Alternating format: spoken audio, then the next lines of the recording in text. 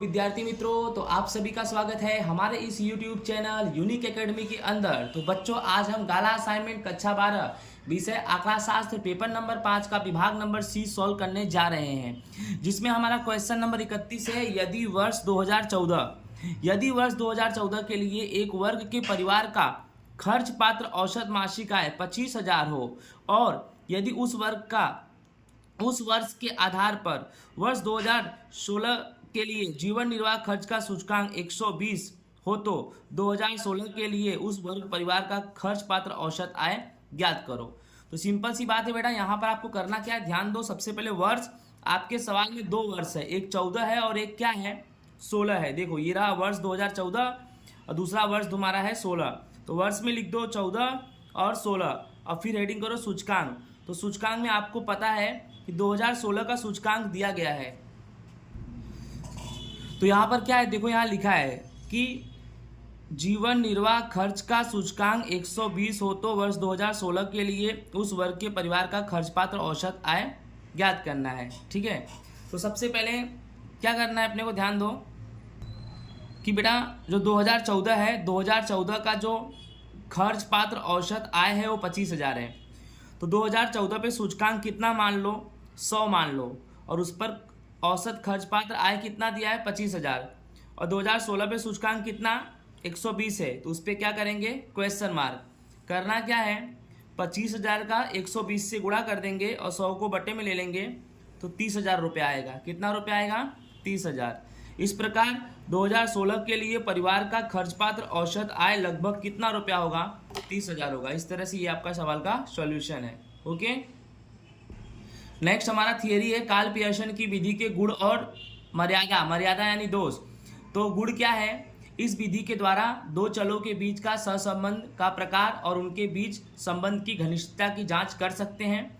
दूसरा नंबर, दो चल के बीच रैखिक सहसंबंध को मापने के लिए यह सबसे प्रचलित विधि है।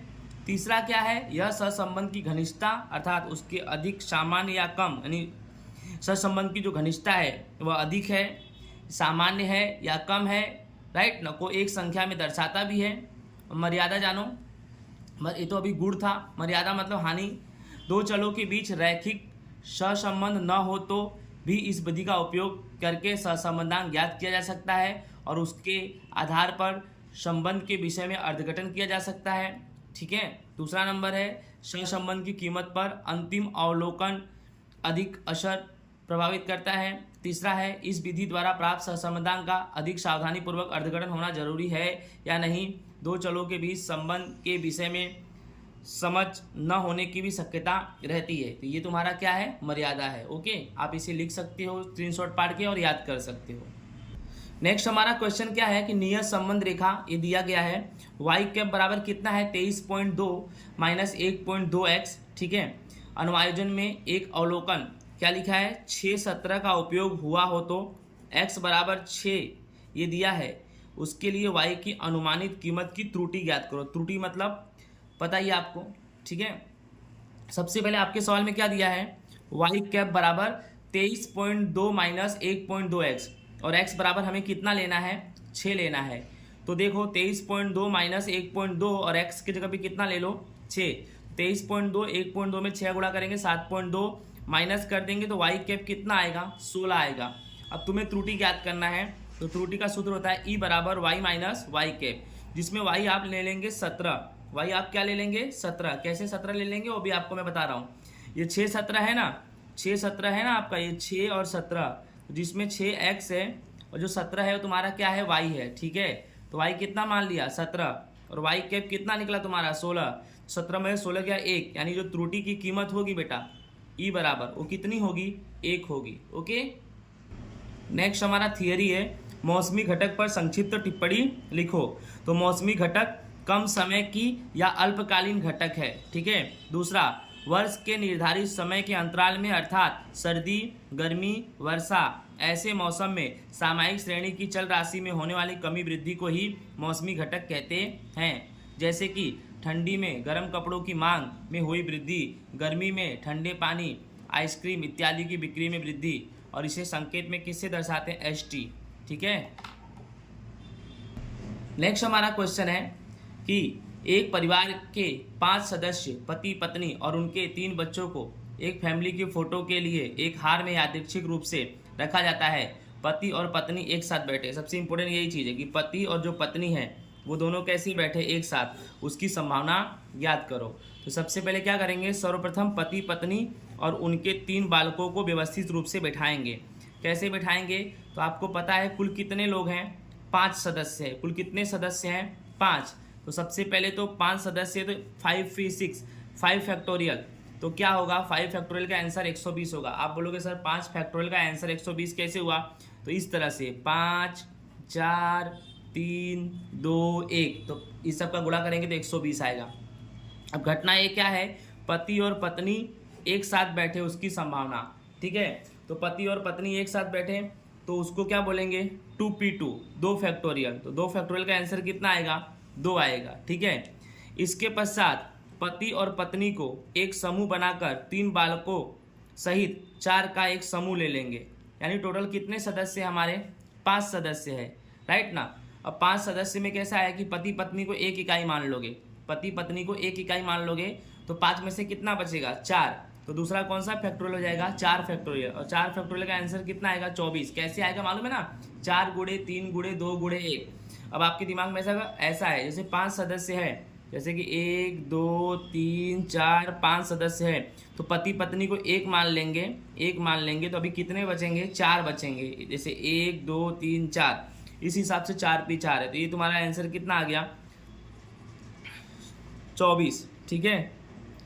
तो आपका जो m निकलेगा वो m कैसे निकलेगा, पहले का कितना आया 2 गुणे अभी कितना आया 24, यानी m बराबर तुम्हारा कितना आ गया, 48 आ गया। कितना आ गया, 48। तो P ऑफ A का सूत्र होगा m/n, यानी 48 बटे में 120। इसको काटेंगे तो 2/5, इसको भी काटेंगे तो 0.4 आएगा। आप काट सकते हो, कैलकुलेटर चलाओ, ओके, दिमाग लगाओ। समझ में आ गया होगा आपको अच्छे से कि ये चीज़ में आपको पता होना चाहिए कि क्या है, पति पत्नी एक साथ बैठे। तो आपको पता है पति पत्नी को एक साथ बिठा दिया, उनको एक इकाई मान लो। अब 5 में से उनको एक इकाई मान के अलग कर दो, तभी 4 जैसे होंगे। तो दूसरे में क्या आएगा, 4, यानी पहले में 2p2 यानी 2 फैक्टोरियल 2, और उसके बाद 4 फैक्टोरियल। तो इसमें 2 आया, इसमें 24 आया, यानी कुल m कितना आया, 2 गुणे 24। अब आपके दिमाग में होगा कि सर और क्यों लगाया, गुणे क्यों लगाया, क्योंकि आपके सवाल में क्या है, और वर्ड का यूज किया गया है, ठीक है, इसके हिसाब से, जैसे पति और पत्नी, ठीक है। नेक्स्ट आगे देखते हैं, व्याख्या लिखो, सतत यादृच्छिक चल। तो जिस यादृच्छिक चल का x का सदस्य उसके उप सदस्य r के अंतराल a b जहां a लेस देन b इस पर कोई भी कीमत धारण हो उसे सतत यादृच्छिक चल कहते हैं। उदाहरण जैसे व्यक्ति का वर्ष यानी उम्र, किसी भी जगह का तापमान। नेक्स्ट बर्नौली प्रयत्न। बर्नौली प्रयत्न में क्या आएगा, किसी भी यादृच्छिक प्रयोग के 2 संभावित परिणाम सफलता s और निसफलता f, और इस प्रयोग का समान परिस्थिति में पुनरावर्तन किया जाए तो सफलता प्राप्त होने की संभावना 0 से 1, जैसे p 0 less than p less than 1 होगी, तो उस प्रयत्न को हम बर्नौली प्रयत्न कहेंगे, राइट ना। नेक्स्ट हमारा क्वेश्चन नंबर 37 है, a का सामीप्य की और a का छिद्रित सामीप्य की व्याख्या दो। तो a का सिग्मा का सामीप्य देखो, तो यदि a बिलोंग्स टू r और सिग्मा ग्रेटर देन 0 हो तो विपरीत अंतराल a minus delta a plus delta a का डेल्टा सामीप्य कहेंगे, और उसे संकेत में हम n कोष्टक में a डेल्टा द्वारा दर्शाएंगे। उसके बाद a का छिद्रित डेल्टा का सामीप्य क्या है, यदि a बिलोंग्स टू r और डेल्टा ग्रेटर देन 0 हो तो विपरीत अंतराल होगा, जिसे a minus delta a plus delta minus a को छिद्रित सामीप्य कहेंगे, और उसे संकेत में इस तरह से हम दर्शाएंगे, राइट। नेक्स्ट हमारा क्वेश्चन क्या है कि लीम x2 x की घात 5 माइनस 32 बटे में x माइनस 2 की कीमत ज्ञात करो। एकदम आसान है। यहाँ लीम x2 अगर x की घात 5 है, ठीक है, अगर x की घात 5 है तो किसकी घात 5 32 होगी, तो 2 की घात 5 32 होगी, ठीक है, 2 की घात 5 32 होगी, ठीक है। यानी आप दिमाग में बिठाओ, अगर x की घात 5 है तो ये 32 किसकी घात 5 होगी, तो 2 की घात 5 होगी, और बटे में तुम्हारा क्या है x माइनस 2।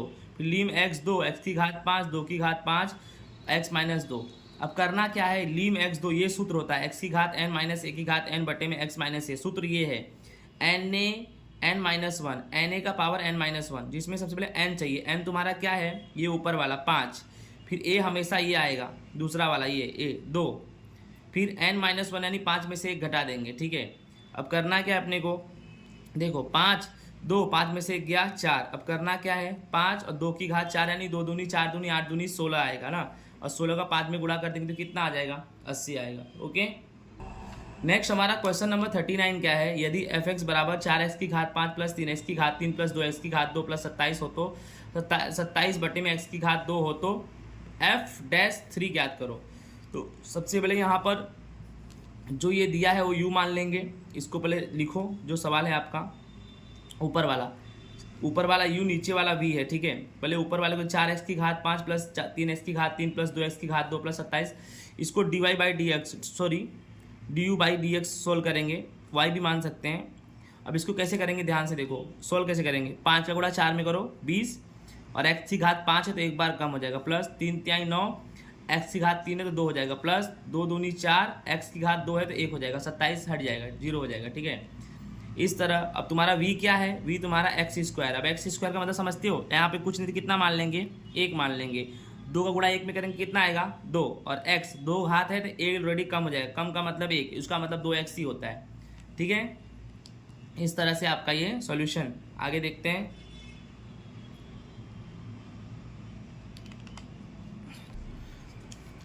अब सूत्र क्या होता है, dy बाई डी का सूत्र होगा b into d u by D x minus u into D B by D x बटे में बी स्क्वायर। तो सबसे पहले v तुम्हारा क्या है, एक्स स्क्वायर है। कैसे देखो यार, b कितना निकला, एक्स स्क्वायर है, एक्स स्क्वायर है। अब डी यू मतलब जो तुमने निकाला है, डी यू तुम्हारे कितना निकाला है, ये रहा तुम्हारा डी यू यानी डी यू यही निकला है। ठीक है, इसको लिख देंगे हम, देखो यहाँ लिख दिया 20x की घात 4 प्लस 9x की घात 2 प्लस 4x माइनस अब क्या चाहिए u तुम्हारा क्या है, तो ये देखो जो सवाल है वही तुम्हारा u है, 4x की घात 5 प्लस 3x की घात 3, ये देखो जो सवाल है वही तुम्हारा क्या है u, इसको लिख दो भैया पूरा, फिर into D B by D X. तो D B by D X कितना निकाला, ये देखो ये रहा D B by D X कितना निकाला 2x, तो यहाँ 2x लिख दिया। करना क्या है, सिर्फ गुणा करना है, x की घात 2 का गुणा 20 x की घात 4 में करो, 20 ऐसे रहेगा, x की घात 2 x की घात 4 x की घात 6 हो जाएगा, फिर 9 ऐसे रहेगा, x की घात 2 x की घात 2 x की घात 4 हो जाएगा, फिर 4 ऐसे रहेगा, x की घात 2 और यहाँ पर कोई घात नहीं 1 यानी 3 हो जाएगा, माइनस।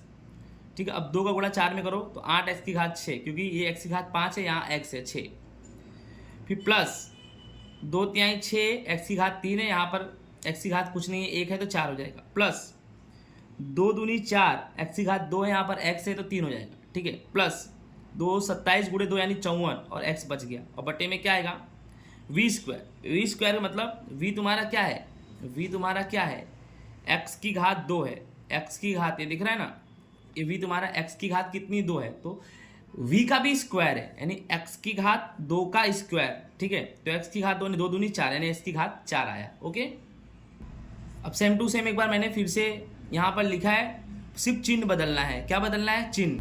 देखो सेम टू सेम मैंने लिख दिया, जो आगे का था वही। अब इसमें देखो 4x की घात 3 प्लस में है, ये माइनस में है, कट गया। ठीक है, अब क्या करेंगे हम, ये 20x की घात 6 है, ठीक है, और ये 8x की घात 6 है, तो 20 में से 8 घटाएंगे तो 12x की घात 6 प्लस 9x की घात 4 और माइनस 6x की घात 4, तो प्लस माइनस माइनस 9 में से 6 गया 3x की घात 4, फिर माइनस 54x, तो ये क्या बचा माइनस 54x, यहाँ पे 54 है।